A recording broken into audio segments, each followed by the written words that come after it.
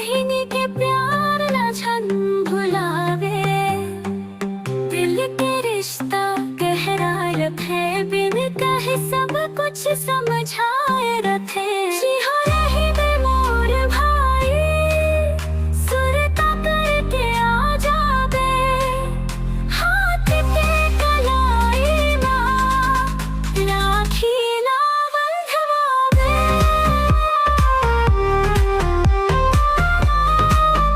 राखी ना बंधवावे।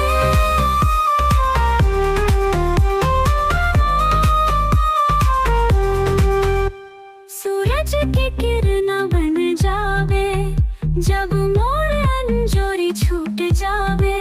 भाई के हंसी मोर दुनिया